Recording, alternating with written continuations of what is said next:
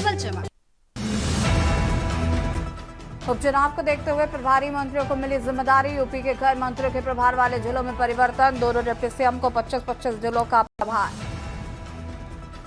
आजम खान का नाम हटाने वाले पूर्व एसपी की होगी जांच। पूर्व एसपी अशोक शुक्ला के खिलाफ शासन ने जांच के आदेश दिए। अलीगढ़ कमिश्नर आईजी सतर्कता अधिष्ठान की कमेटी गठित। फतेहपुर में चली धन परिवर्तन की फैक्ट्री। 50 से अधिक मुकदमे, 4 आरोपी, कई मामले आ चुके सामने।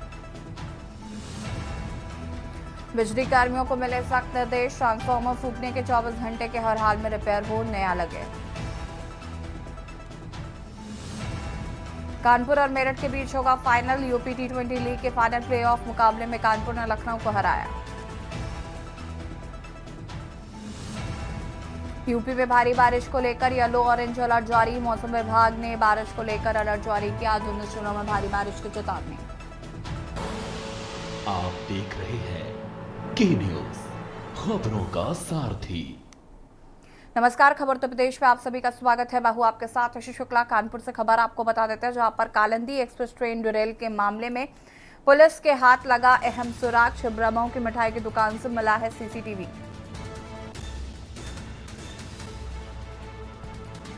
सीसीटीवी के डीवीआर में मिले फुटेज में दिखाई दिया संदिग्ध। नेवादा टोल प्लाजा के सीसीटीवी में भी कैद हुए 2 संदिग्ध।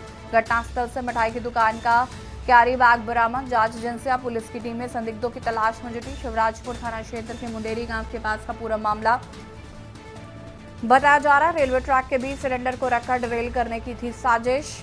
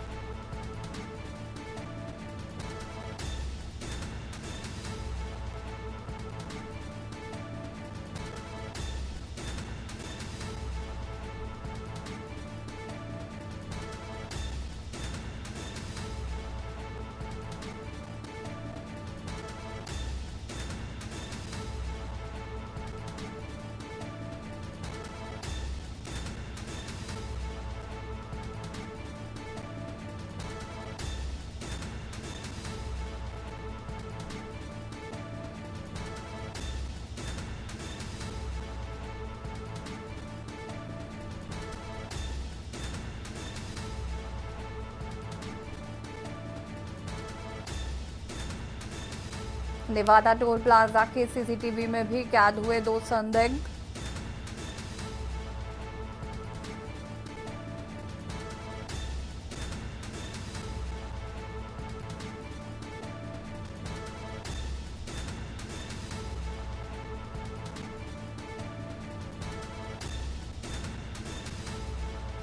शिवराजपुर थाना क्षेत्र के पास का ये पूरा मामला बताया जा रहा है।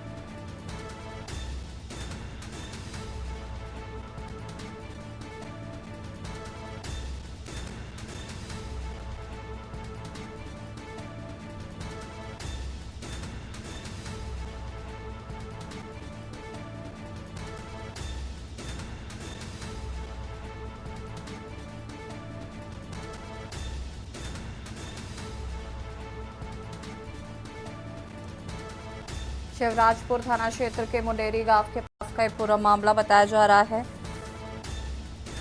सीसीटीवी फुटेज में 2 संदिग्ध दिखाई पड़े हैं।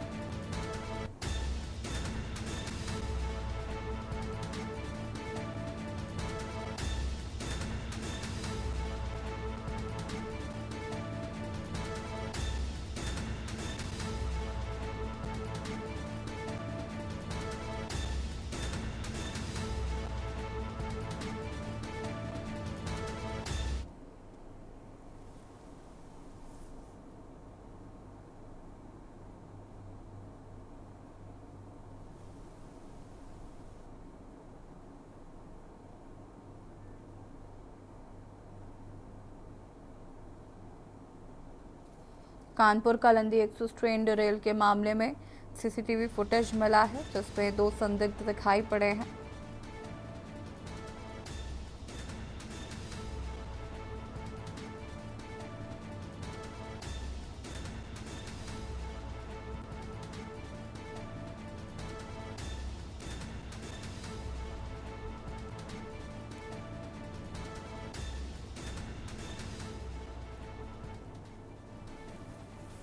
और इसी खबर पर ज्यादा जानकारी के लिए संवाददाता आकाश हमारे साथ जुड़ चुके हैं। आकाश, का कुछ जानकारी है फिलहाल इस मामले में जिस तरीके से सीसीटीवी फुटेज हाथ लगा है, क्या कुछ डिटेल्स अभी तक निकल कर सामने आ रहे हैं?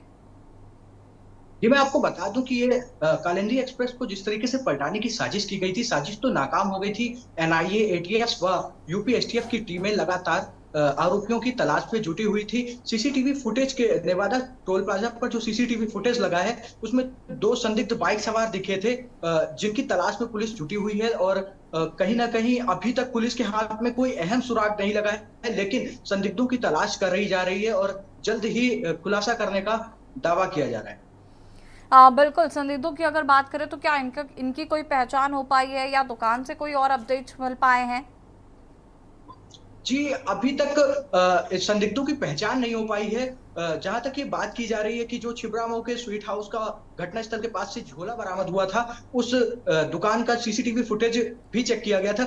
उस फुटेज में भी 2 सेम हुलिये के संदिग्ध दिखाई दिए थे, जिनको फुटेज को संज्ञान में लेते हुए जिनके प्रति जांच एजेंसियां जांच में जुटी हुई हैं और जल्द ही इनकी पहचान कर इनकी गिरफ्तारी के लिए टीमें भी नियुक्त कर दी गई हैं। टीमें लगातार सर्च ऑपरेशन जारी किए हैं और जल्द ही खुलासा करने की बातें करी जा रही हैं। आकाश, इसमें अभी तक काफी लोगों की गिरफ्तारी हो चुकी है। उन गिरफ्तार लोगों के द्वारा क्या किसी तरीके की कोई जानकारी साझा नहीं की गई है? जी मैं आपको बता दूं कि अभी तक किसी की ऑफिशियल गिरफ्तारी नहीं की गई है। लोगों से पूछताछ के लिए उनको उठाया गया था, पूछताछ करने के बाद उन्हें छोड़ दिया गया था। अभी घटनाक्रम के बीच में एक शाहरुख नाम के युवक का नाम प्रकाश में आया था, जो शिवराजपुर थाना क्षेत्र से हिस्ट्री सीटर भी बताया जा रहा था। उसको भी पूछताछ के लिए उठाया गया था, लेकिन पूछताछ करने के बाद पुलिस ने उसे छोड़ दिया है। ठीक है, शुक्रिया आपका जानकारी साझा करने के लिए। और बता दें कि कालिंदी एक्सप्रेस ट्रेन डिरेल के मामले में फिलहाल एक सीसीटीवी फुटेज सामने आया है। और बहराइच से खबर आपको बता देते हैं, जहां पर नई रुकरा खूनी भेड़िए का तांडव, एक के बाद एक हमले से दहशत में है पूरा इलाका। तहसील मैसी क्षेत्र के सिंगिया नसीरपुर में महिला पर हमला। मैसी तहसील क्षेत्र के लगभग 50 गांवों में भेड़िए की दहशत। लाखों वाम 2 महीनों से भेड़िए के आतंक से भयभीत। भेड़ियों को पकड़ने के वन विभाग के दावे खोखले साबित। ऑपरेशन भेड़िया में टीमें लगने के बाद नहीं रुक रहे हमले। मैसी के हरदी थाना क्षेत्र के सिंधिया नसीरपुर का ये पूरा मामला बताया जा रहा है।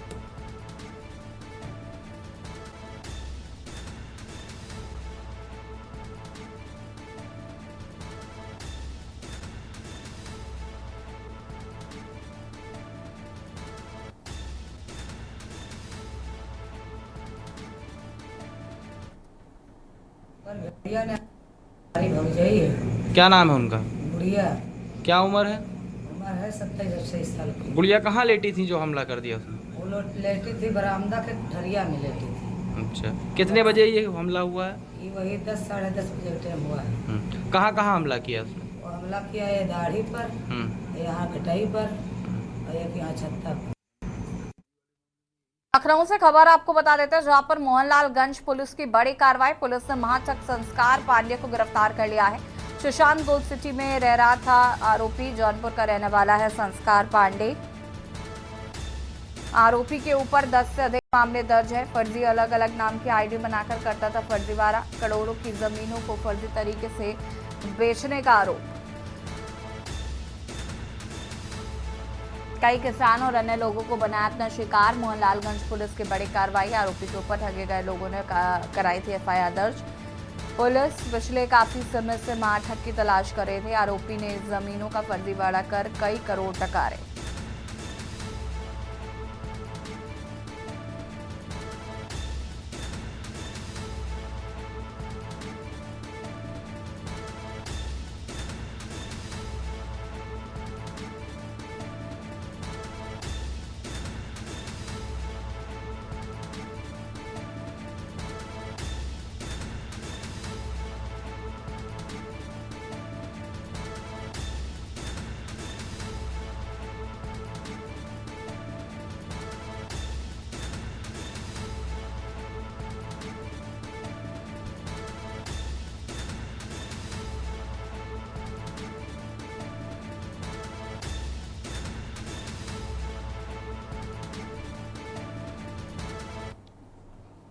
सीतापुर से खबर, जहां पर दबंगों ने ताला तोड़कर किया दुकान पर कब्जा। कब्जे की खबर से बीजेपी एमएलए ज्ञान तिवारी का चढ़ा पारा।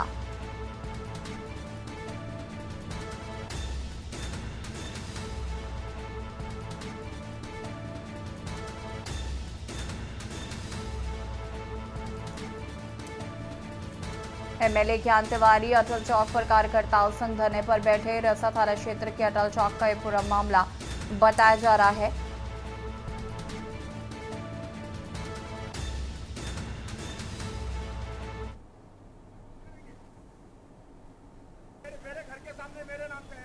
प्रॉपर्टी है, मैं विधायक हूँ, जरा खाली करवा दीजिए एक दुकान। ये 2:30 बजे रात में हिम्मत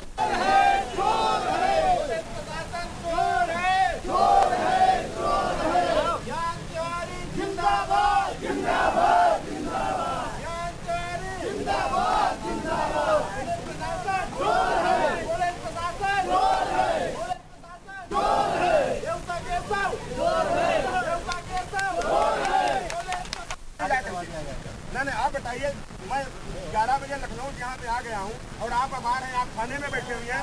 मतलब ये चलेगा? भाजपा के राज में मुल्ला लोग दुकानों पे कब्जा करेंगे। मेरे नाम मेरे घर के सामने मेरे नाम पे है, मेरी प्रॉपर्टी है, मैं विधायक हूँ, जरा खाली करवा दीजिए एक दुकान। ये 2:30 बजे रात में हिम्मत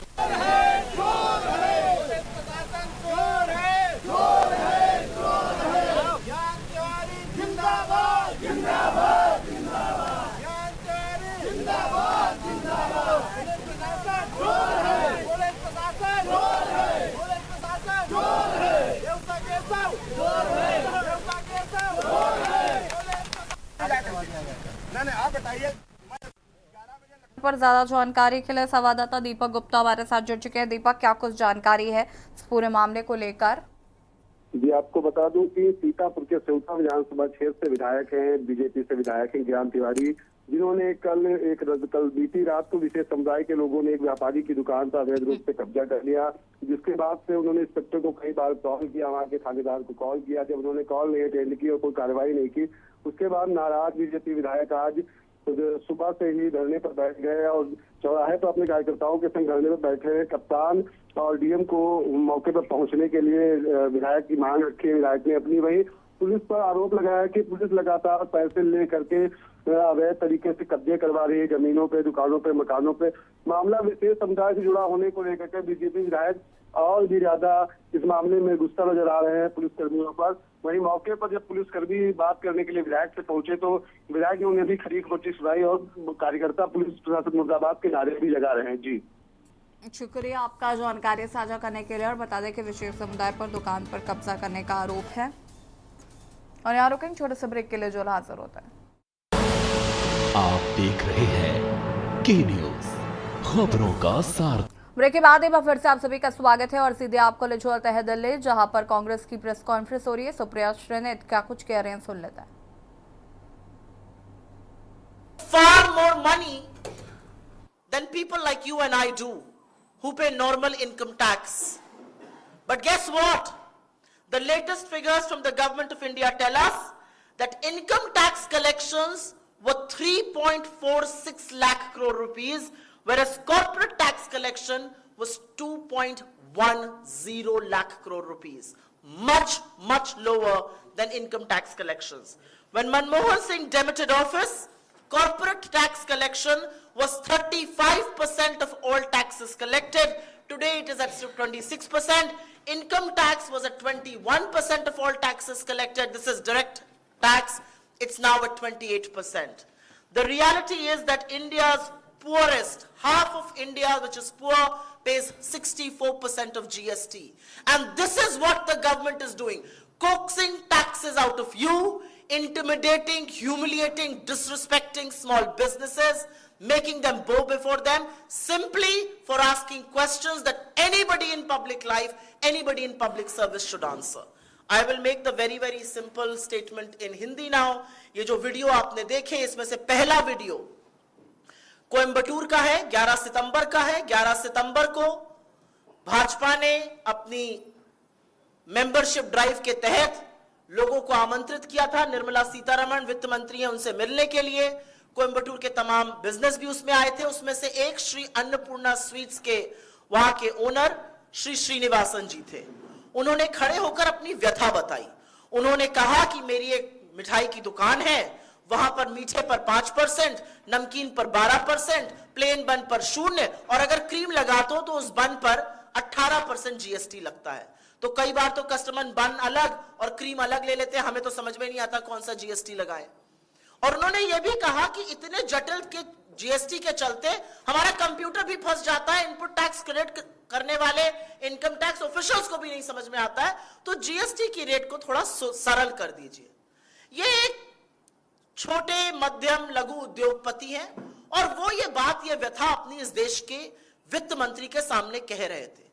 वित्त मंत्री, ऐसा प्रतीत हुआ वहां पर कि उनको कोई इससे आपत्ति नहीं थी, उन्होंने कुछ हंसी मजाक भी किया, लेकिन 24 घंटे के अंदर उनको अलग से बुलाया जाता है श्री अन्नपूर्णा जी के मालिक को, और उनसे माफी मंगवाई जाती है। चोरी से पीछे से उनका वीडियो रिकॉर्ड होता है। मुझे नहीं पता उनका कंसेंट, उनकी सहमति भी इसमें थी कि नहीं थी। उनका वीडियो रिकॉर्ड किया गया और उस वीडियो को बीजेपी की तमिलनाडु इकाई ने अपने ऑफिशियल हैंडल्स पर डाला। इसका क्या मतलब है? क्या इसका मतलब यह नहीं है कि इस देश की वित्त मंत्री के सामने अगर किसी ने अपनी व्यथा, अपनी तकलीफ, अपना दुख, अपना दर्द, अपने कारोबार की दिक्कत बताई, तो बजाय उसको सुलझाने के उन्होंने उस व्यक्ति को डराना, धमकाना, उससे माफी मंगाना ज्यादा जरूरी समझा। इंग्लिश में एक टर्म होता है इंटॉक्सिकेटेड ऑन पावर। ये सत्ता का गंदा नशा, ये सत्ता के गंदे नशे में चूर्ण अगर हरकत नहीं है तो ये और क्या है। और ये वो सरकार कर रही है जिसने छोटे लघु मध्यम उद्योगों की पीठ तोड़कर रख दी है। ये वो उद्योग है जिनके पास कोई चारा नहीं है। इन पर आपने नोटबंदी का कहर ढाया, इन पर आपने टैक्स टेरर बरसाया, इनके ऊपर आप रेड करते हैं, इनके ऊपर आपने गलत जीएसटी लागू करके इनके कॉस्ट ऑफ टैक्सेशन को भी बढ़ाया। और शिक्षाविद प्रोफेसर के.एस. राणा को ओमान में बड़ी जिम्मेदारी मिली है। शिक्षा एवं स्वास्थ्य के क्षेत्र में दोनों देश मिलकर कार्य करेंगे। वही प्रोफेसर के.एस. राणा ने बताया कि आज के समय में युवाओं के सामने बेरोजगारी सबसे बड़ी समस्या है। वो देश के युवाओं को रोजगार उपलब्ध कराने के साधनों को बढ़ाने का कार्य करेंगे, जिससे देश के युवाओं को रोजगार मिल सके। के.एस. राणा देश के कई विश्वविद्यालयों में अपनी सेवाएं दे चुके हैं। इस हमारे साथ मौजूद श्री के.सी. राणा जी, जिनसे हम बात करें। सर, आज एक अनुबंध हुआ है ओमान देश के साथ में कि शिक्षा के क्षेत्र में एक नई कहा जा सकता है कि मील का पत्थर साबित होगा। क्या कहेंगे इस कार्यक्रम को लेकर के? देखिए, ओमान की लिटरेसी रेट बहुत है। ओमान अपने आप में ग्लोबली पॉपुलर है इन फील्ड ऑफ एजुकेशन। तो मेरा सोचना यह है कि इंडिया और ओमान के बीच में जो ट्रीटी होगी, या जो अरेबियन कंट्रीज़ का कॉन्फेडरेशन है, वो सारे कंट्रीज़ में जॉइंटली मूव करेंगे तो हेल्थ सेक्टर और एजुकेशन सेक्टर दोनों को हम इंडिया में भी ग्रो करेंगे और ओमान में भी ग्रो करेंगे। We will establish some university in the field of health science and life science. Sir आप कई यूनिवर्सिटियों के चांसलर रहे, देश में कई यूनिवर्सिटियों के लिए आपने काम किया। अब आप ओमान देश के साथ कार्य करेंगे, तो भारत के अलावा वहाँ जाने की ऐसी कौन सी आवश्यकता थी, भारत छोड़कर आप वहाँ जाएंगे? नहीं, मैं छोड़ नहीं रहा भारत। मैं ओमान के बिहाफ पर इंडिया में काम करूँगा और as and when required I will go there in Oman. तो मेरे को छोड़ के नहीं जाना कहीं। हम ग्लोबल लेवल पे काम करेंगे, इंडिया और ओमान उसके मेन पार्टनर होंगे। भारतीय नौजवान जो है वो रोज़गार से त्रस्त है। 40-45 करोड़ नौजवान है जो आज लाइन में खड़ा हुआ है, देश में धक्के खा रहा है, उसको एम्प्लॉयमेंट नहीं मिल पा रहा है। तो हम मेनली उस लाइन पर फोकस करेंगे कि कैसे यूथ को इन्वॉल्व किया जाए और कैसे उनको एम्प्लॉयमेंट दिया जा सके। सर क्या कारण मानते हैं आप कि अभी तक जो देश में जो युवा है वो बेरोजगार है, युवा को रोजगार के साधन संसाधन उपलब्ध नहीं हो पा रहे? देखिए, बेसिकल रीज़न तो ये है कि कभी पुरानी गवर्नमेंट्स ने आज से 20 साल पहले ठीक से इस लाइन पर फोकस नहीं किया। हमारे देश की पॉपुलेशन 150 करोड़ है मेरी जानकारी के हिसाब से, और उसमें 60 करोड़ यूथ है। 60 करोड़ यूथ को एम्प्लॉयमेंट देने के लिए केवल गवर्नमेंट एजेंसी अपने आप में सक्षम नहीं है। इसके लिए प्राइवेट सेक्टर में भी हमको जाना पड़ेगा जहां उनको एम्प्लॉयमेंट मिल सके। तो प्राइवेट सेक्टर को हमको क्वालिटी प्रोवाइड करते हुए ग्रो करना पड़ेगा। जी, ये थे हमारे साथ के.एस. राणा जी, जो अब देश के साथ साथ ओमान में भी अपनी सुविधा देंगे और कहीं ना कहीं जो भारतीय युवा है उनको रोजगार के साधन संसाधन के लिए एक कहा जा सकता है कि मील का पत्थर साबित होगा। जयवीर मावी, के न्यूज़। यूपी में हो रही झमाझम बारिश ने लोगों की मुश्किलों को और भी ज्यादा बढ़ा दिया। यूपी के कई जिलों से तस्वीरें कुछ ऐसी आई जिससे जमींदारों की हवाई वादों को पोल खोल कर रख दिया है। रामपुर में लगातार भारी बरसात से जनजीवन अस्त व्यस्त हो गया है।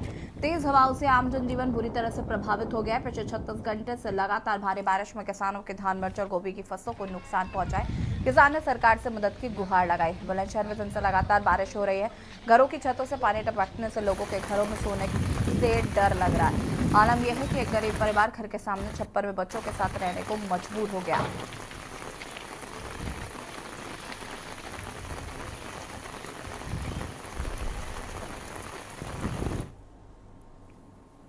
खबर उत्तर प्रदेश में फिलहाल इतना ही। देखते रहिए के न्यूज़ इंडिया। नमस्कार।